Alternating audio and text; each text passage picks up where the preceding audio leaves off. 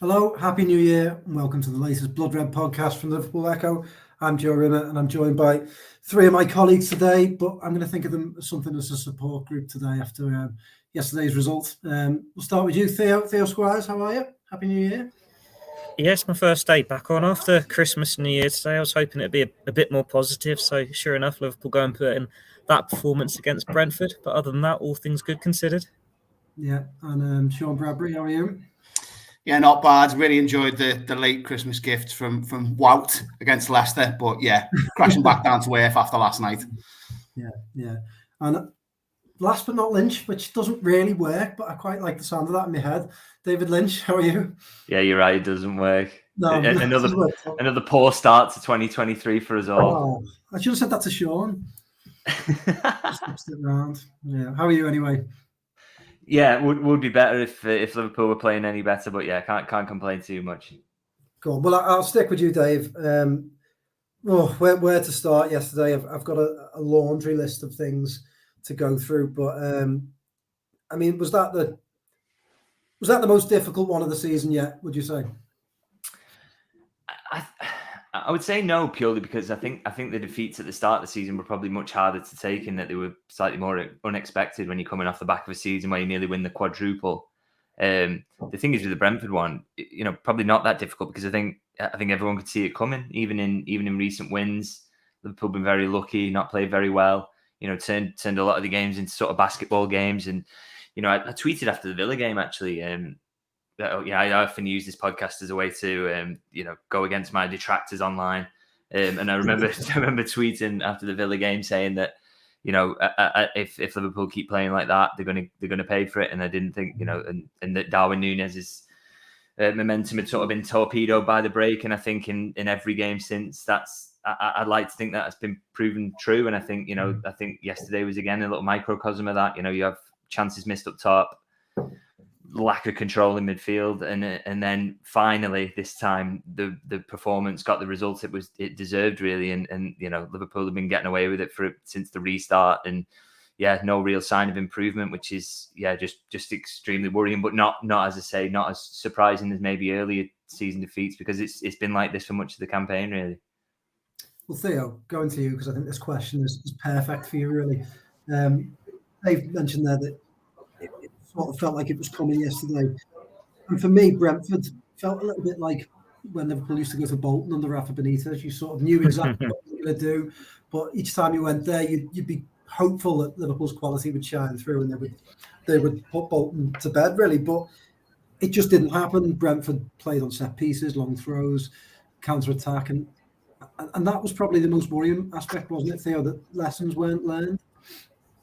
Yeah, it was all very, very predictable. We can start going back to what Carlo Ancelotti said after the Champions League final, that Liverpool were too predictable to play against. You know exactly how to stop them. These are mistakes that we've been seeing Liverpool make defensively for a long time now. We know it's something that Brentford are very good at. It's something that they exposed Liverpool at last year in that 3-3 draw. When you think of counter-attacking goals and set pieces, you think of when they beat Man City before the break. Well, it was the same thing again, wasn't it? Putting crosses into the box or hitting them on the counter-attack. They've got players with pace. They're a physical side. They're going to challenge in the air at the far post. And Liverpool didn't learn the lesson, not only scouting before this game going into it, but during the game as well. Every time Brentford had a corner for 20, 30 minutes of that first half, it seemed like they were going to score. Sure enough, they pretty much did, with VAR bailing them out. And then the goal does come, and it's just so deflating. But this is what Brentford are good at. This is what Liverpool are weak at. And you think, well, what have you been doing in the analysis meetings? That you know what they're going to do. You know what you're going to try to do. And it just didn't work at all. It's all gone wrong for Liverpool. And you think they came out of the World Cup break and it was supposed to be, we'll get the momentum back. We'll get some positivity into the camp. New signing, players back from injury. But where can they go now? Like, they signed Luis Diaz last year and he had that amazing impact on the squad. But they weren't relying on him to have that impact, whereas they now need Cody Gakpo to be superb and have this instant impact to lift everyone, because there's not really anyone else in that squad that can do it at the moment. Like, look on the bench, there's no one there you can think, oh, they can come on and really turn this game around beyond Naby Keita, who did well off the bench. But options are limited. Look, starting 11, all the midfielders are out injured, apart from the ones that start. They're basically getting stuck into a corner now, and it wasn't a surprise at all, as Lynch said. Yeah, well, Sean, another thing that felt quite familiar in terms of my Bolton analogy was the manager after the game sort of complaining about, not so much complaining, but just hinting that their tactics, I think he mentioned that they stretch the rules and that they're very physical. But the frustration is that with Liverpool is that a couple of years back, Liverpool could match up to anyone physically. They were good at set pieces. They'd score from all over the pitch. They wouldn't be outworked by anyone. But how worrying is it that they now seem susceptible in all areas of the pitch, really, and especially they're getting outworked by teams, and Brentford just seem to completely outwork them physically and mentally across the pitch. Yeah, I think that's the key point. There've been issues all season in terms of individual performances. You saw Trent after the Leicester game kind of copping for that, didn't he, and putting his hand up and saying he hasn't been at his best. And you can go through the wall, can't you? Nunes and even Salah, I'd say, could have been a bit more clinical. How many times has Alisson had to just bail the defence in general out? But you're absolutely spot on. The key thing is the midfield and what it's become, really. But last night, I'm sure you guys saw this being shared as well, but when everyone was kind of wallowing in our collective misery at the results, quite a few people were retweeting an old video that the official account, put out from, it was November 2019, the City game where Liverpool won 3-1. And I watched the whole thing last night. Don't know why I did this at the end of my shift. Probably shouldn't have done, because it made me even more miserable. But you had Fabinho just being an unbreakable shield at the fulcrum of midfield and scoring a thunderbolt. Obviously to open the score on that day. Wijnaldum was just brilliant, perpetual motion, just a pretty complete midfield performance. And then you had Henderson still with the legs to kind of force the issue and bend the game to his will. But yeah, it's just without being too exaggerated, I think much of that has gone, hasn't it? And it's figuring out whether this is a purposeful switch that at some point is going to work and suddenly click into gear, but or it isn't. And I would side more with that argument now, that the reality is the club have gone a bit too far and they've gone a bit early, towards this evolution, which perhaps isn't really necessary. And yeah, I think you saw that in spades against Brentford, where you've got two midfielders maybe in Thiago and in Elliott, who are more craft, and only one doing the graft, and it's just not the right balance, is it? Let's be honest. No one could really argue now in terms of Liverpool's performances. I would say pretty much from the start of the season against Fulham, when the best midfield three got a bit of a torrid time and a bit of a chasing, right the way up to now. Certainly Leicester, certainly Brentford. Intensity is not the identity of that midfield anymore, is it? Which is something Liverpool have got to put right. I saw another tweet last night where someone just said, I thought it was a really pertinent point. There was a time when Liverpool kind of relished winning the battles, and that's what you've got to do. You've got to win the fights before you earn the right to play your football. And it's almost like the team are trying to skip straight to that football stage without winning the battles and building the platform. And yeah, it's finding a way to get back to that as soon as possible. Well, you're talking about midfield there, and I've sort of got noted down to run through the team and all areas, but it feels like the place to start, Dave. It feels like, I don't know, in my opinion, it's the root of all evil at Liverpool at the moment, the midfield. It's causing all the issues. And I think Sean was spot on there in the sense that he said that it just wasn't, the balance just feels off. It's felt off all season. There's been a lot of criticism of Fabinho and his form, but it feels like the two players around him perhaps don't help him too much. Where do you stand on the midfield? Do they have to spend now? Is it too much of a risk to leave this now to the summer? And what do you think of the balance of it? I think I've been saying this all season, that they do have to spend now. I think, well, they don't have to spend now, but they will be getting the same results again and again. I mean, we're 26 games into the season now. I don't think, are we being knee-jerk and saying the midfield's terrible? I don't think so. I think we've seen enough evidence there to suggest that that's the case, and it's got problems in controlling games. And one of the things that, I think the defence got a bit of stick last night.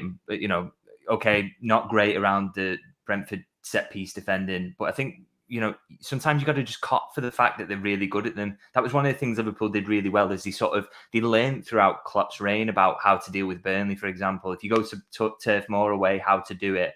And the idea wasn't that you get better at defending their set pieces, although Van Dijk did help, when he was in his absolute best, having that big presence in there did help. But it was other things, which was, namely not really giving them the free kicks or the corners. And they did that through controlling games through midfield, keeping possession, playing safe in certain situations, particularly if you went 1-0 up, always making the extra pass in the build-up to keep it slightly safer than you would when you were looking for the first goal. And that sort of starved Burnley out of the game, and then you couldn't get anywhere near after that. And all those lessons seem to have been lost. But it's probably not that they've been lost. It's not that they've forgotten how to do it. It's just that midfield can't provide the platform. And we've seen now, how many sort of team meetings must they have had, how many chats and analysis meetings about how they deal with this and how they get better in midfield. We just know now that it's a physical issue that can't be corrected. And I think it was exacerbated by the fact that there's, tight turnaround between these games over the festive period. They're probably better in terms of controlling elements of the game at Villa than in any of the following games. I would argue, even though not, again, miles from perfect. Mm-hmm. But, I think it's just a long-standing issue that won't be corrected by having to talk about it, or Jurgen Klopp saying something in the press or saying something to his players. The legs just aren't there. These players are short of the physicality needed now because, a certain collection of them have possibly gone slightly over the hill together. Still incredibly useful, but not in their absolute pomp anymore. You've got players like Harvey Elliott coming in, who I think is a massive talent, but he's a teenager being asked to fix serious issues and asked to play in a way that doesn't really suit him at all at this stage of his career. So just, one player wouldn't solve all this, but one top-class central midfielder with the physical capabilities and the quality level to play for Liverpool would, it would step things up slightly. It wouldn't turn Liverpool back into title contenders winning every game, but in terms of the top four would be a huge help, because I personally don't think they're going to get there unless you do it. Is that the problem though, Theo? Is that, like Dave's mentioned there, that the a top quality midfielder with the physical attributes, they've almost boxed themselves into a corner where that player is just going to be so hard to find in January, and by not moving perhaps after they didn't sign Tchouameni in the summer, they're going to find life really difficult, aren't they, in this window, if they're going to try and find that player? Yeah, they are. It's like they're falling asleep at the wheel, thinking, oh, we've got the numbers, we can get it done, we can get through, and then work to get this deal done when the time was right, that they had enough quality there. You know how much intensity it takes to play in this Liverpool midfield, and that's when Liverpool at their best was when they had James Milner, Gini Wijnaldum, Jordan Henderson, who could cover every blade of grass. They weren't the best players, they weren't the most skillful players, but they did their job so superbly that you'd see the best out of the fullbacks and you see the best out of the front three. That energy there, that's gone now. That identity is gone. So you're left with the back four being isolated, defending on their own. And you're left with the front three isolated, no relationship there, and the midfield just looking lost in the middle of the park. So you're relying on this big midfielder that can come in and change everything. And Jurgen Klopp's basically said the sort of player he wants in the past when he says he wants this 6'2", 6'4" midfielder who can get on the end of things in one box, score goals. You can just got that eye for a killer pass, but can get back and defend set pieces at the end. He basically described Jude Bellingham when he went through this list of things. Let's be honest there. But you know how much that sort of player is going to cost. Bellingham, if they could get in a position to get him, is going to be a club record fee. And then, even then, you have to be in the Champions League to get that sort of player. It's not a transfer that is going to happen in January. If Cody Gakpo was costing you 120 million, that transfer doesn't happen now. If a midfielder of high quality who's on their list was available for 40 million, they bring him in now. They've gone for Gakpo because that's the one they can get done. You just see what the holes are left in midfield. And then you look at the squad anyway. When you think of what they have to register for a Champions League squad or a Premier League squad with the limitations on homegrown rules, it's just a smaller and smaller field of what ticks the boxes and what could be the answer there. And they don't have the funds to compete with a Man City, even a Newcastle now, which is strange when they're the richest club in the world, but they're the ones who are going to be pushing for Champions League. Real Madrid, PSG, they're just falling asleep at the wheel, getting stuck in this hole now, and there's only one way out of it, and that's to spend with money they don't have and hoping that a midfield signing can be the answer. But what players are going to be the solution? If they are in a position where they can sign someone in January who can make a slight difference, you're expecting it to be more like someone like they did with Artemelo, like they've done in the past with Kabak or Ben Davis, where it's a bit of a gamble, a low budget one, hoping that they can offer something a bit more. But it's not going to be someone you can see as the long-term answer there. But then maybe they'll surprise us. Maybe they'll find a way to get a big money deal done. But at the moment, when we're all feeling negative after Brentford and whispers from the club are they're not seeing a midfield signing as likely in this month, it's just going to be a long 5-6 months ahead of Liverpool trying to get a way to get their identity back without the players capable of doing it. I just to come in on that, I sort of resent the idea though as well, and I think Liverpool are slightly pushing this, the idea that it's going to be really difficult for them to get someone in who improves things, because we all know the contracts that are expiring in midfield at the end of the season, and that they're going to need more than Jude Bellingham in the summer. Fingers crossed they can get that deal done, and I don't think he's going to be hugely influenced by what's going on at the moment. I still think he possibly see himself as the saviour of that situation, in fact, and that might even appeal to him slightly more. They could come in, but beyond that, Liverpool are going to need another central midfielder. Their options are dwindling in that area anyway, and it's like, oh, well, we can't think of anyone who could possibly come in for good money. Or you're not telling me that anyone thought that Gini Wijnaldum would come in from Newcastle for the fee that he did when he did, and have the impact in the way he did at Liverpool. If that signing that type of signing not possible anymore? Have Liverpool moved away from analytics being influential enough on the transfer business to even suggest him as a potential signing, or someone of similar profile? They could see his physical capabilities and see what he could be, rather than maybe what he was in that moment. I just find it incredible, really, that Liverpool are saying it's impossible that they could get anyone in who could is capable of making that sort of impact, because they need to find that player anyway next summer. They have to do it, because Jude Bellingham is not enough to just throw him in with an aging Henderson, aging Fabinho, aging Thiago and just fix everything. He could have a huge impact on this Liverpool midfield, but he's going to need some help in there as well. Liverpool really just up it. It's not good enough. It was a poor decision not to get a midfielder in the summer. Just try and do something to rectify your mistake now, because it's quite clearly a really bad mistake that's putting the entire season and the project as a whole, because of Champions League money and what that's worth. It's all at jeopardy now. That's what makes the Artemello signing even stranger looking back, because we know the profile of midfield that we think Liverpool need that will make the difference, that will get that energy back, that work rate back. It is someone like Gini Wijnaldum. Artemello was just a B-Tech Thiago, and even then you could be really critical and say, as great a player as Thiago is, as he's probably been Liverpool's best player since the restart, is he right for a Liverpool team? He's fine when they're absolutely flying, but when they're in a situation like this, you want them to rediscover their identity and go back to what made them so good 3-4 years ago. But it seems like over years, they've sort of tried to resemble Man City a little bit. They want to be passing the ball more. It's not more just counter-attacking pace on the wings. It's the players that get on the ball and just control games, pass teams to death. And they're not as good at doing it, and they've lost their way a little bit. So it's like, well, Artemello, yeah, he could have, if he hadn't got injured, spared a few games for Thiago. But they need the energy there. They need someone who can run and cover legs. And you look at Juventus, for example, they've got so many midfielders that will always be linked with transfers or one-to-way players. One of them went to Chelsea, and Zakaria. Rabiot's always linked with moves. Weston McKennie's always linked with moves. Well, we've just seen McKennie had a really good World Cup for USA. Against England, that USA midfield was brilliant, covering every blade of grass. So that's the sort of player Liverpool need. I'm not saying he's good enough quality, but if you're looking at Juventus midfielders who are available, why do you not look at a Weston McKennie on loan to be the answer there, who can at least run a bit, speak the language, rather than someone who's not really fitting in as a lesser version of a player who's not quite clicking in the same way either. It's just strange. They've tried to become something that they're not, and then forgotten what they were in the first place that made them so good in the first place. John, is it also strange that Jurgen Klopp's the manager, I think it's fair to say, has always been very good at adapting his tactics to the players he's got available and allowing Liverpool to evolve in that way. But he persists with a very, very high line. And we know for that to work that there needs to be pressure from midfield further up the pitch. There doesn't seem to be that at the moment with Elliott and Thiago supporting Fabinho. And if there is, they also don't have the physical capabilities to support them at the other end.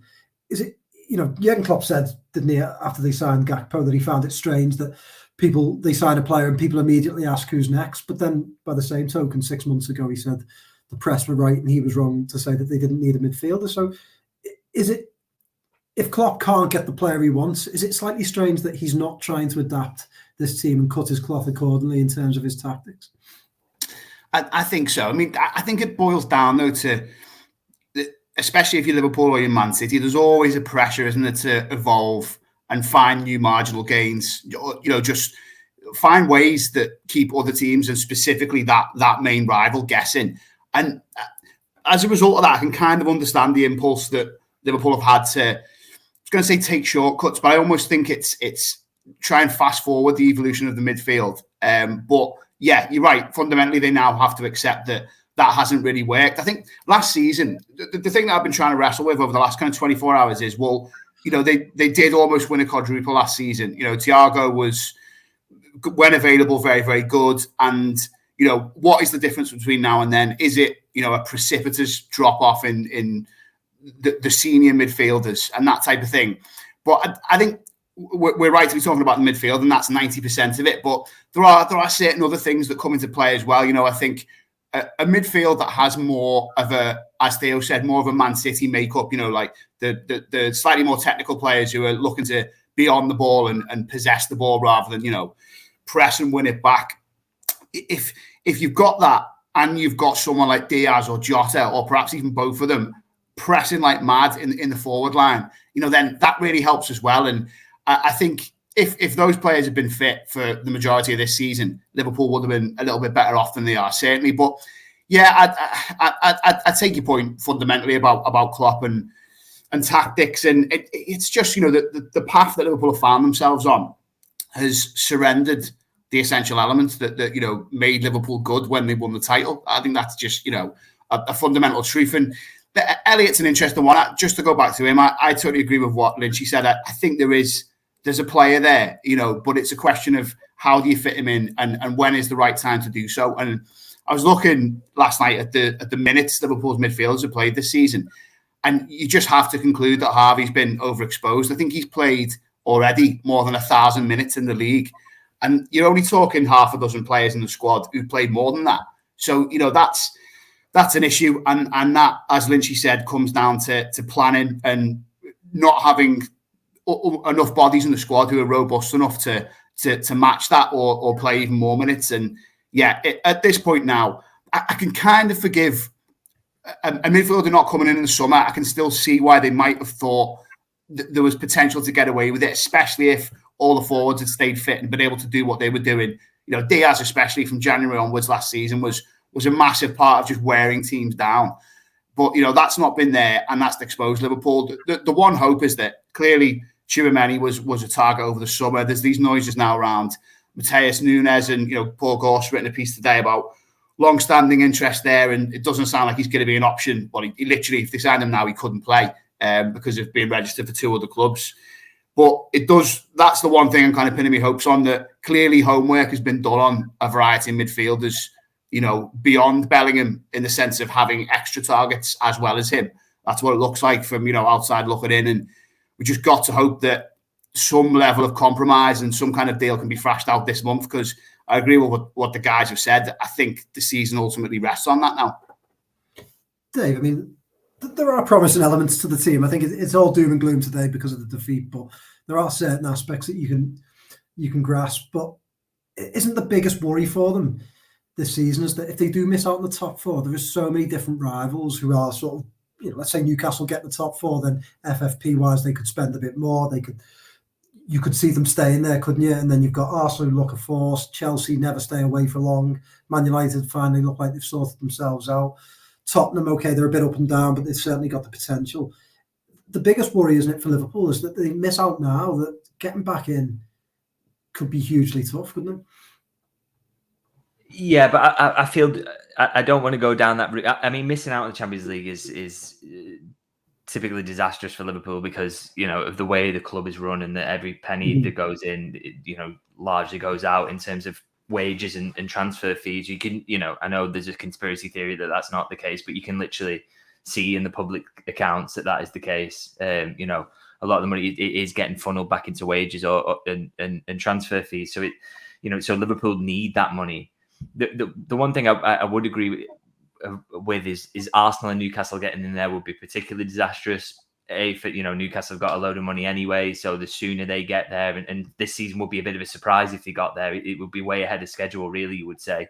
So them getting there early would be a total disaster for Liverpool because they're never going to be able to keep up with that level of spending as they haven't with City. And Arsenal, again, not great news because they have a young core of players who Liverpool would have been amongst the group of clubs who possibly could have picked some of them off. I'm thinking Gabriel Martinelli, Bukayo Saka, all players of interest who probably wouldn't have signed new contracts if Arsenal hadn't hit on this season in the way they have.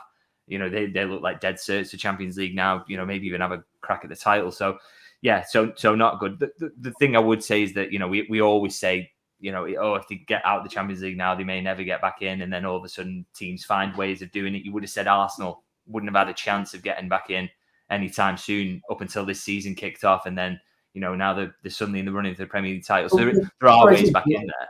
But wouldn't you say that it's taken Arsenal years to get back in, and it took Liverpool years to get back in when they dropped out, and it took Tottenham years to get back in? Don't you think that the issue is that they could go back to another 3 or 4, 5, 6 year plan? I mean, I know that's extreme, but you have seen it happen to teams. Possibly, but I don't think Liverpool are in that bad shape. I think one particular area of the team has been neglected to the point that it's collapsed, and it's affecting both the defence and the attack at the moment. Whereas I think Liverpool, they've still got Jurgen Klopp in charge. They've still got some young players who are, a real chance of making him. Look at the ages of Trent and Robertson, for example. Ibrahim Konate, Alisson's still in his palm. You sort out that midfield, then in front, Darwin Núñez. I'm sure he's doing a lot of fans' heads in at the moment, but he's still a young player. You can see there's real potential there when he eventually gets going. Luis Diaz, just added Gakpo. There's enough there to say that Liverpool, okay, if they don't manage it this season, we'll be back in top 4 contention next season, definitely. So I don't think they'll be as badly set back as Arsenal and be stuck in a position where they spend years outside the top 4. But it would just be easier if they could put a run together and get there. I think that's the key consideration. I think, it's not a huge risk. Surely there's a midfielder out there that fits the profile, that is of a reasonable-ish fee, that could come in and just add a little bit of physicality in there, a bit of legs, and help out the players that are there. Because, although we're saying they're all terrible at the moment and things aren't working in that position, one player in there might just be able to just nudge Liverpool's midfield, give Fabinho the odd rest, and then, whenever he comes in, he's a little bit sharper. The same for Thiago, the same for Henderson.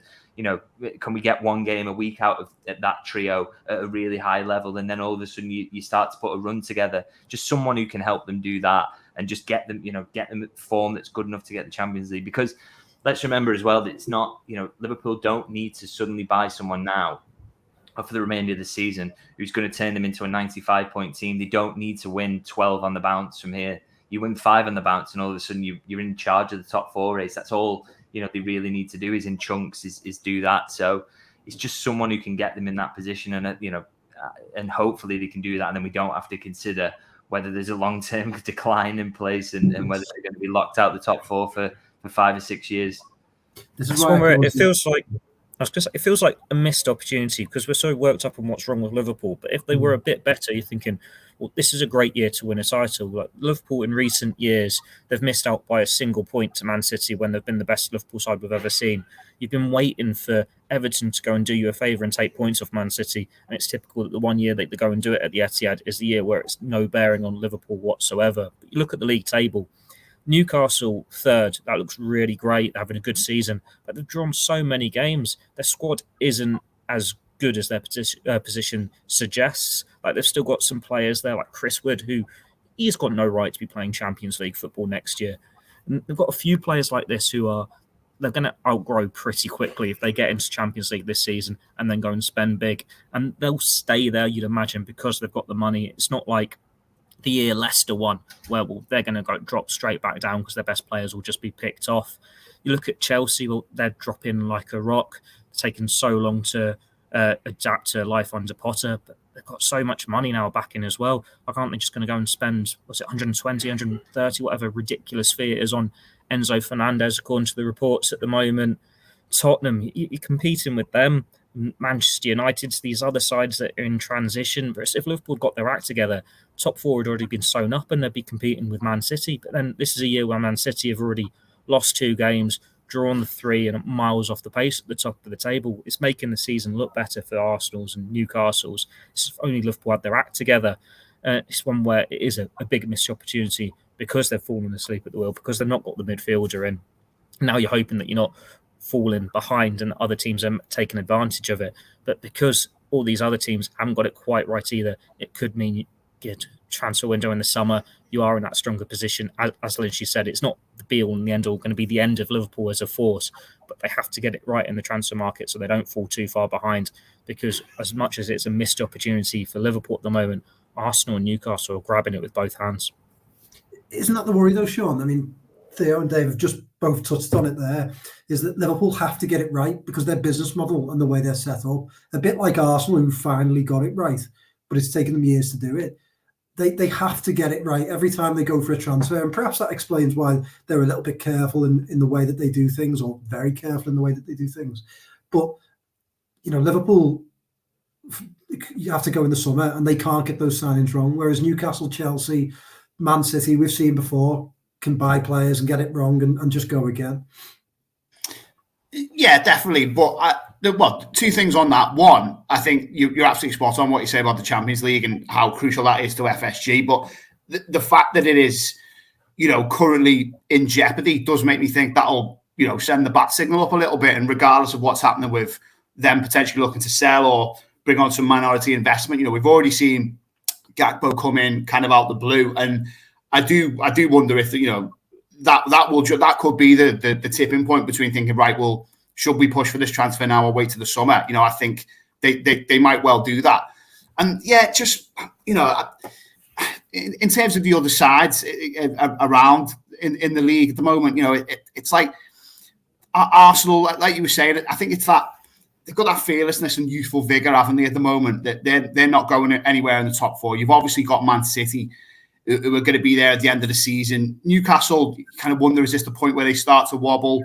But no European football is going to be a real big help for them. But I think Liverpool, regardless of where they finish at the end of this season, start next season still in the hunt for that. And that goes back to what Lynch was saying, where two of the main three departments, obviously we're not concerned about the goalkeeper. Liverpool have got one of the best in the world and he's not going anywhere. But they've managed to recruit ahead of time in terms of the attack. In the attack now, I know we briefly mentioned Núñez already. There's potentially some concerns there. But if Firmino was to stick around and sign a new deal, you've got like 5, if not 6, excellent options. And, it's totally strong. There's nothing wrong with that. Getting Konate in as a defender, when they did get him, was massive. He's going to be one of the best in the world if he isn't already there, which just, it does make the midfield recruitment seem even more strange in the sense of ahead and behind of the midfield. They got players in, before other ones had even left in some cases, which does raise that question. But comes back to what Dave said. I think it literally is 2 or 3 upgrades or fresh faces in midfield. And okay, Bellingham, there is always that worry, isn't there? If there isn't Champions League football, does his head get turned and does he go, all right, then Madrid it is? That is there. But there's still so much about the club and the league that's a massive draw. The manager, himself. And I think the players that you would be looking to get around Bellingham, the extra 1 or 2 midfielders who come in to replace all of the other ones who'd leave, your Milners, Oxlade-Chamberlains, perhaps Keita, they don't need to be the absolute best guaranteed starters, do they? They don't need to have the kind of profile and presence of Bellingham. So I think they would come regardless. So yeah, I don't really worry too much about that element of it. I think Liverpool will still be a massive draw, but obviously getting their act together sooner rather than later is just better for everyone and does make it all easier. Well, I want to talk about another couple of positions and players from the game yesterday. So, Dave, you touched on them before. We'll start with Darwin Núñez. But before I ask you anything, first of all, Domino's Pizza, just stick to delivering pizza. All this banter, all these social media accounts who are desperate to try and make people laugh, just does my head. And stick to pizza, tweet about pepperoni and margarita, and we don't want to hear your silly jokes about Darwin Núñez. Same with Specsavers. They have milked that joke to the absolute maximum now. No one cares anymore. Think of a new joke and stick to glasses. But yeah, other than that, Dave, Darwin Núñez, he is extremely frustrating. This is a player who sort of is on the cusp of being one of the best forwards in the Premier League, but whether it's the offside flag or a guy on the line or just him missing absolute sitters. It's hard, isn't it? But it's hard to sit here and try and analyse what's going wrong with him because he's so close to getting it right that it's bizarre, isn't it? I don't think I've ever seen a worse tale of bad luck for a striker. Yeah, I think some of it is bad luck. I think some of it, needs to sort of improve. I think, he is just, as we expected, as we sort of all the scouting reports said about Darwin Núñez, it was exceptionally raw, when he was still at Benfica, and you can still see a lot of those rough edges. It was, it was really sort of buoyed really before the World Cup break, because I think he sort of seemed like he was chipping a lot of those edges off, and he looked really like a rounded player, looked like a real threat. Was getting involved in build-up really nicely. He was scoring goals, looked really confident. And then since then, just back to his absolute worst, really, in terms of seems to be in his own head, can't bend his run to stay onside. There's a skill in that, and he's not executing that correctly at the moment. And, you can see it's marginal. Sorry, the offside goal. I mean, as much as he was slightly unlucky, I also thought he could have been onside there if he'd have just been a bit sharper. He could and should have been onside for that goal. Yeah, a player with experience can see along the line, and they know, where. And also, he's really quick, so you don't need to go that early. Give yourself an extra yard on the other side, and you will still beat 99% of Premier League defenders. It's sort of maddening, really, that you can't do that. So, I think that's seen as a bit of a tale of hard luck, but I just don't think it is. It is a skill to stay onside and to time your runs, and he doesn't have that at the moment.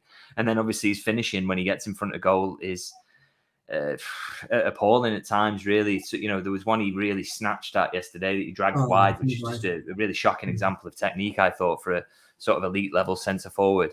That said, it's absolutely right that people are pointing out that, a player who gets opportunities, the long-term shouting analytics circles will always be someone who's getting shots off that regularly will score goals in the long term. And I have absolutely no doubt that that's true. And I think he will iron out these kinks in his game. I think he's got a good manager to sort that out with him in Jurgen Klopp.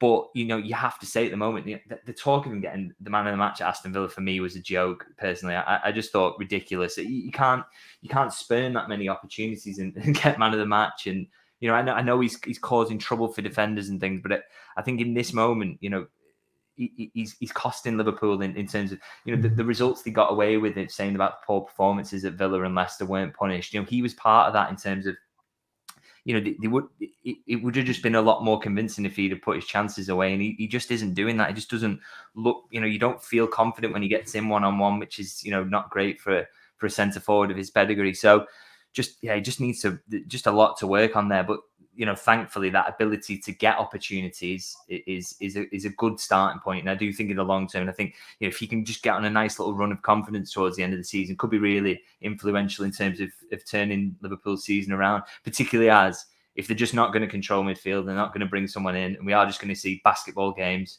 for the rest of the season, then having him just bagging every chance he gets, or one in every three, and he's getting that many a match, then that would be a really good start for Liverpool, and would at least help them to come out on top of some of these end-to-end games. Theo, he seems, well, I think we can tell he's an emotional player, isn't he, the way he plays. And whilst we might joke about the likes of Domino's, is it a slight worry that it's becoming a thing now? Everyone taking the mick out of Darwin Núñez, that it gets in his head, and that rather than sort of get better and start taking these chances, he starts to get worse and maybe not having those chances? I'm not even sure if it's getting in his head. Like, does he understand Domino's tweet? How good is his English? Sorry, I don't mean specifically Domino's. Maybe he follows him. I don't know where he gets his pizza from. Maybe he's a Papa John's man. But it's the conversation around him, isn't it? Every game that the spotlight is on him, opposition fans are onto him now. I think, he's becoming a talking point in every Liverpool game, and not particularly a positive one. Yeah, it's a strange one because he has so many chances and he does so many good things, but then he looks so raw as well, and like he's never played football before in his life. It's almost like the Happy Gilmore footballer, isn't it? He's got one thing that he's really good at that isn't suited to the sport at all, but they're sort of trying to make it work. But no, he is a good forward, but he's very raw. Like Lynch said, it's all season long he's been frustrating with those offsides. It's all season long he's been frustrating with dragging shots wide. But then there's some moments where you think, he's been so unlucky. Like the second Leicester own goal, he does everything right, beats his man to the ball, lobs it over the keeper rather than just kicking it straight at him, and he's unlucky that it's come off the post. The one against Brentford where he's gone round the keeper and it's cleared off the line, it's on his weaker foot, it's a dodgy angle. I think he's unlucky there. It's good defending from Ben Mee. Some of the through balls... Just on that one, sorry. Erling Haaland would have lifted it, though. not to, I know that's harsh, but it's true. But Erling Haaland is here, isn't he? I mean Erling Haaland's elite. I think Liverpool signed Darwin Núñez with the idea of him being an elite centre forward. Surely they don't want him to be, sort of and I don't say this in a disrespectful way. I mean, any professional football is incredible, but they don't want him to be Europa League level, do they? Liverpool want him to be Champions League winning worthy. That's why they signed him. Surely, I take your point, but I think with Núñez, Liverpool knew going in. We all know going in that they're hoping he gets there rather than he is there, and that's why I didn't blame him that much for that one. I think asking him to lift that is maybe asking a bit much, and I think sometimes you have to praise the defending, don't you? But the one you pointed out before, the one on the right hand side of the box, and you've talked about as well, Theo, we've seen him do it so many times, haven't we? Where he's just he did like 3 against Man City, didn't he? Basically, that exact same finish. And the Aston Villa was probably the most frustrating one for his misses, where he's like 1-on-1 and just kicking it straight at the keeper. Yeah. I've said it on these podcasts before. It doesn't matter how good a goal he scores in a game. You go away remembering the misses. And that story, it's still the case now, isn't it? We're remembering the misses, but he's not got the goals there. But surely it turns at some point. Like, he has got these relationships building with his teams. He is working hard. And you know how much it means to him when he does score a goal. It's just something needs to go in. He needs to get a bit of luck. I'm sure it's almost similar to your beloved favourite Emil Heskey. When he got a few goals. It worked out for Emil in the end. When he scored one, he'd go on a run, wouldn't he? He scored 6 or 7 in a row. But when he went on a drought, it was awful. 9, but what you can take from the positive is Darwin Núñez's, I think, first season at Benfica was similar to the extent that he wasn't scoring 20, 30 goals. He was missing chances. He took time to find his feet. And then it all just clicked in that second season. He takes a little bit of time to adjust, and you're hoping that happens here at Liverpool. But then if he had come into a Liverpool side that wasn't in transition, where you had Jordan Henderson, Gini Wijnaldum, Fabinho, 2-3 years younger in a settled midfield, Virgil van Dijk at the peak of his powers, Trent playing at the top of his game, and everything just working, he's scoring more goals, isn't he? It's a lot more settled. So it's just one thing's falling apart and everything's against you. Maybe Darwin Núñez just needs one to going off his backside or something like this. But I think he's got that mentality where it doesn't affect him. He's just created so many chances. If it affected him, he wouldn't be in the box getting on the end of it. Granted, the Aston Villa dummy early on, that's probably the best example of not trying to get on the end of it. Yeah. But normally he's creating chances. I think Leicester game, he had 7 shots, and that was pretty much the same as Leicester had all game long. And that is something we've seen every single game. He has so many chances. You'd be more worried if he wasn't there. That would be when you think it's affecting him mentally, that he looks for the pass rather than shooting. But he always wants to get on the end of things. He always wants to make things happen. And you just want him to have a bit more composure in front of goal. But it's a bit of luck as well. Like a couple of inches to the other side of the post, he scores against Leicester. There was one where it just went over the crossbar after that brilliant team move with, was it Salah, Keita, Thiago through balls. He gets an assist against them as well. If Salah can actually finish the one he puts through there. Offside line, if he gets that right against Brentford, he's scored. He probably had another chance he should have scored as well, not just the one off the line. There are so many chances that they all merge into one. But as we keep saying, it's going to click for him at some point. He's still very young. History suggests it will. Liverpool scouting reports surely suggest it will. It's just wait and see. And we wouldn't be as worried about it in a normal Liverpool season where Mohamed Salah scoring 30 and everything's fine. But it's just these small margins now where nothing is going right and you need him to make that difference. It's when he's not. So you're hoping second half of the season it can come together. But we're just in this horrible form at the moment. Sure. Well, before we wrap up, does that explain the performance of other players as well? You know, we keep saying it's not a normal Liverpool season, and perhaps all of us agree that the midfield seems to be the big area of issue. But does that explain Van Dijk's performance last night? It was poor. I mean, Tsimikas, I thought that was possibly his worst game for Liverpool, and the difference when Robertson came on was just, I mean, huge. But it wasn't that long ago that we were talking about a player like Tsimikas as like the best backup left back you could buy, was it? Oh yeah, I think that 90% of the issues stem from the midfield, don't they? I mean, you know, we as we said on this pod, when Liverpool's midfield under Klopp was at its zenith, that was like the eye of the hurricane, wasn't it? Really, but then you see a game like Brentford, or you know, like I said before, going back to Fulham at the start of the season, there's countless examples of where players are just bullying and breezing past what was once the strongest part of the side, you know, really, in a physical sense, and just, you know, beyond that. yeah, I would totally argue that the likes of Van Dijk are being exposed to a bigger degree than they have before. But what I would say is, to varying degrees, they've all held their hands up. Certainly Van Dijk, certainly Trent. The ones you would say are the kind of most clear culprits who have made individual errors so far this season and said, they need to play their part in it a little bit and improve as well. And I think in Van Dijk's case, there was no doubt really that the World Cup must have played the part, mustn't it, in terms of knowing how big a role he was going to play in that. And just when chaotic things are happening around him at Liverpool, it's difficult to bail the team out every week. So yeah, I think it comes down to that. And just mention the word chaos there. That's one thing I would want to say about Núñez. Like, Theo's point was spot on. Like, he gets called an agent of chaos, doesn't he? That's the term that seems to have been attached to him, and that he's a bit of a chance magnet. And there's truth to that. But the chaos that's happening around him compared to the relative serenity that Haaland's got with De Bruyne already setting him up. I think he's already got half a dozen assists for him, hasn't he? And I'll go back to Trent. Like, Trent got his first assist of the season, I think, in the league, or maybe in all competitions. I'm not entirely sure. Right there against Brentford. So when those things start to click better around Núñez, he'll be even better too. But you're right. There's individual issues, but the core thing is that midfield free. And if Liverpool can get that sorted, Núñez, Van Dijk, Tsimikas, a lot of them, I think, will have a much easier time week after week. I think the second goal summed it up, didn't it? Like, you look at the first one, the own goal, it's a bit unlucky. The third one, I know Klopp's moaned about it, saying it's a foul. It's not. Konaté's misjudged it. He's slipped. It's a mistake. But the second one, you've just got let off by VAR. You want your midfield to control the ball, get it down, and take charge of the game. What they do is Harvey Elliott does a dummy and loses it straight away in midfield. Your left back then just doesn't track the run. You look at the steal of it. Van Dijk and Fabinho are marking no one. Konaté's caught between two bodies, and then Trent's caught between two bodies. It's easy to say, Trent's at fault because he's got caught under the ball at the far post. But that's your entire back four and 2/3 of your midfield there. And you can make that the whole midfield, because where's the third midfielder making those numbers at the far post? There's no communication there.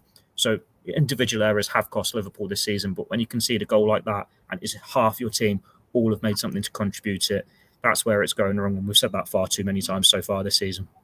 By the way, I thought that third one was a foul. It just wasn't really the point at the end of the game when they would have lost 2-1 anyway. But I thought he clipped his foot. But there you go. I'm going to put you all on the spot before we say goodbye, and just say, go around you and say, are Liverpool going to get in the Champions League, Dave Lynch? Yes. Yes. Theo Squires? I'd have said yes before yesterday. Yes or no? Yes or no? I'm going to be optimistic. Yes. Yes. Sean Bradbury? Yes, just. Yeah, well, my glass is usually half full. It's probably a third full at the moment, so I'll say yes just as well. And we'll leave you there. Happy New Year, everyone. Thanks for listening. Hopefully Liverpool progress in the FA Cup and put some of those wrongs to bed from last night's game. Thanks very much for listening, and we'll catch you soon. Bye-bye.